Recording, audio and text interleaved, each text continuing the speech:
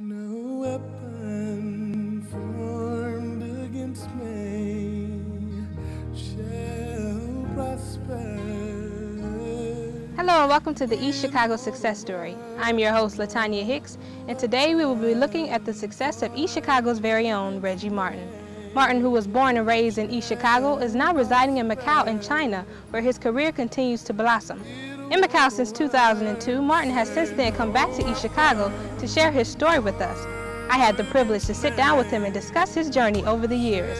Now 35 years old, Martin is still very young at heart. How was life for you growing up? Life for me growing up was, it was a great experience. I was lucky to have the parents I came up with, and it was good. It was average. I grew up in Prairie Park, Guadalupe Circle, in East Chicago, Indiana. Reggie Martin was born on March 13, 1972 at St. Margaret Hospital in Hammond, Indiana. A very active child, Reggie enjoyed many sports, with basketball being his favorite. Back in East Chicago, his friends called him House, as Reggie confessed that he was always at home. He grew up in the harbor with his parents, Don and Joyce Martin, and his younger brother, Ryan. I was lucky to have two parents that gave me a head start in life. They sent me to private school. I went to Indiana Harbor Catholic, so I had a little bit of some good education. Everything happens through education. Of course, I had parents to lead me, give me the right direction to go.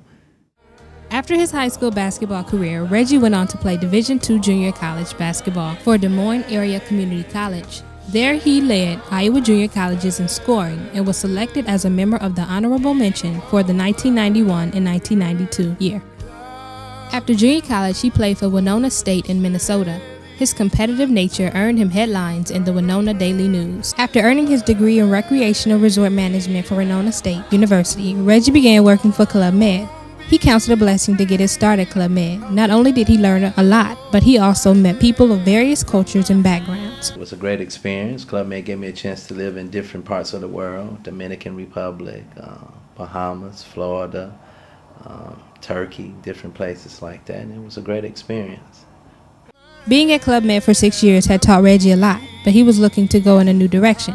He admits that while the journey was amazing, he had his sights set even higher. While vacationing in Benton, Martin met someone that would help him, a man named John Mims, who was then the vice president marketing for the Starwood Hotels group. On his last leg at Club Med, Reggie would receive an email a week later from Mims. He was not only fit for the job, but also the destination. That destination, Macau. I knew going to a foreign country that I'm not going to see too many African Americans around or Hispanics around that I'm used to seeing. So once you get over that, I think you already passed the first stone. Now, then the second one is the languages. Then you find out, wow, they speaking these languages I don't understand. But when you need to survive in the place, you realize how quick it is for you to learn. In 2002, Reggie went to Macau unaware of its potential and development. He began working with Joe Tang and Paul C. His great ability to network helped him prosper in Macau, and Reggie loved every moment of it.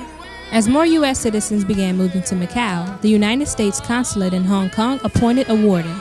In 2004, Reggie became the U.S. warden of the American Consulate Macau, assisting Americans with the procedures of obtaining a passport, as well as other questions and concerns about Macau. I'm a people's person, so my day is just making sure that people are happy, pretty much. I'm around.